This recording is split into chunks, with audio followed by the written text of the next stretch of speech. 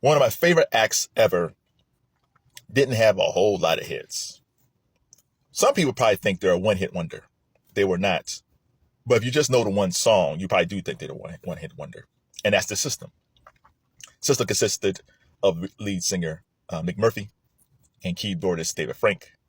They were a great combination with each other. I think they were ahead of their time. The song that I love of theirs came out in 1983, but they hit to the masses in 1987 with Don't Disturb This Groove. And when you look at the lyrics of Don't Disturb This Groove, it's a very romantic song. It's a very loving romantic song. Songs that we don't have a lot today. Mick Murphy's cool because Mick Murphy, it's that Prince era, right? It's just like, hey man, you can be a black dude, love R&B, but you're also gonna love rock. You can have like almost like a mohawkish type look with a denim jacket. Like it was just this look is almost commonplace today, but back then, Mick Murphy today would look normal. Like back then, man, it's just like black dude rock and roller type look that that wasn't in abundance back then, right? But now we just take it for granted. But Mick was just super cool, man. And Dave was good on the keyboards. And they had a very futuristic sound. And Don't Disturb This Groove shocked me because they weren't really a crossover act. They weren't really a pop act. It's like somehow, some way they crossed over. And, just the song. Hang up, sign up on the door. Singing Don't Disturb This Groove. It's the way to tell you that I'm so into you. Oh, it's so nice, man. And I want to tell you that I'm so into you. I miss that. And Mick's vocals are so unique, it's him. So that song was great. So for the masses, they don't know the System. They think, oh, they're a one-hit wonder. No, my friends. No. My favorite song of theirs is one of my favorite songs of all time. If I was ranking my top 10 songs ever, which would be tough, this song will always be someplace in that top 10, maybe 9 or 10, but it will always be in my top 10. It's You're in My System. That song from the very beginning, I have no idea why that song wasn't bigger. The way that song starts, it sounds like a computerized. It's like a computerized, like a typewriter, like a futuristic typewriter.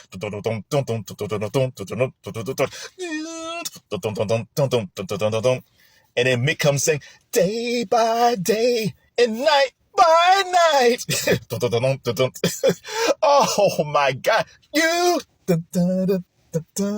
are in my system. I just want you to know that, you are, those lyrics are strong, man. You are in my system. I just want you to know that. That song is so good. I do not know why that song didn't cross over. That should have won number 1 on the pop charts. It should at least be on a top 10 hit, and it didn't go. But eventually it did.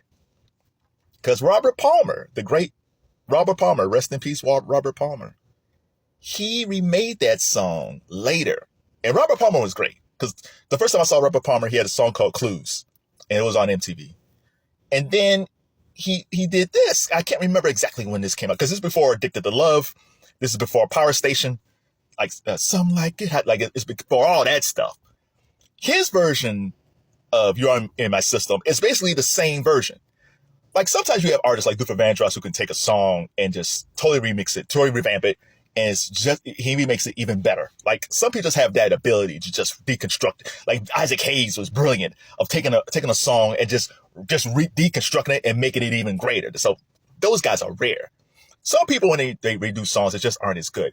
Robert Palmer basically said, I love the groove as is. I might add a little bit more to it. But for the most part, I'm keeping that as is. I'm going to sing it. I'm not Mick Murphy, but I'm going to sing my take on it.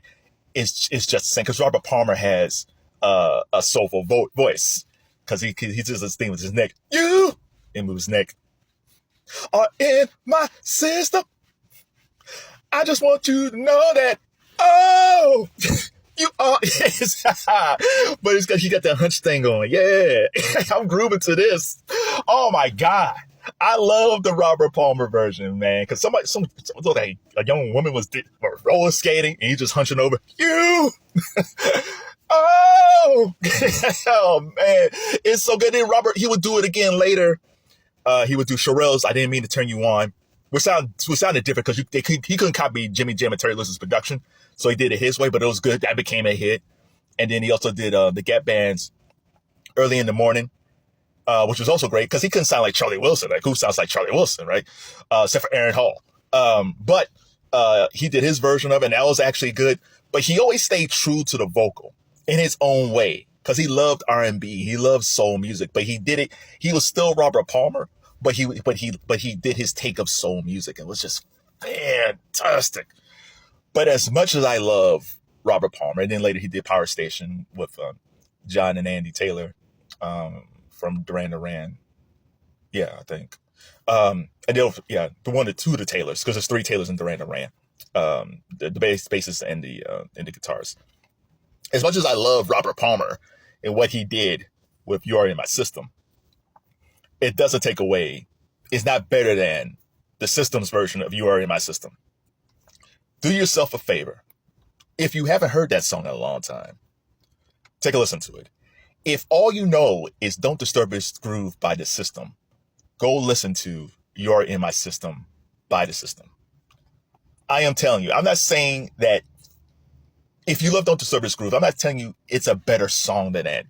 You might not like "You Are in My System," but for me, I love that song to death. There'll be no slander of the System ever on this channel. I love those guys so much, and I wish that they were bigger. I think the thing that failed them was they were ahead of their time. There was like electro-R&B, electro-funk, like they were a little bit ahead of their time. I think if the System would have been out maybe in the early 90s, like when the dance era was kind of in. Again, it was a different mode of dance then, but I think if they came out in the late 80s, early 90s, I think they would have fit pretty good. I think they actually would have had more hits if they would have came out almost a decade later. But sometimes it's great being an influence.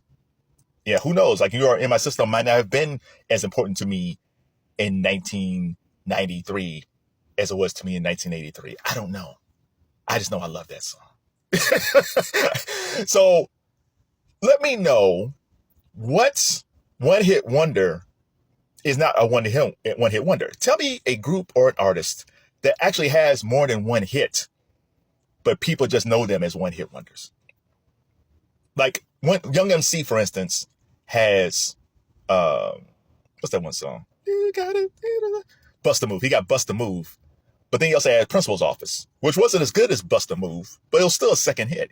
But people kind of label Young MC as a one-hit artist. So yeah, give me an artist or a group that you really love that people say like, oh, they're just a one-hit wonder. But it's like, no.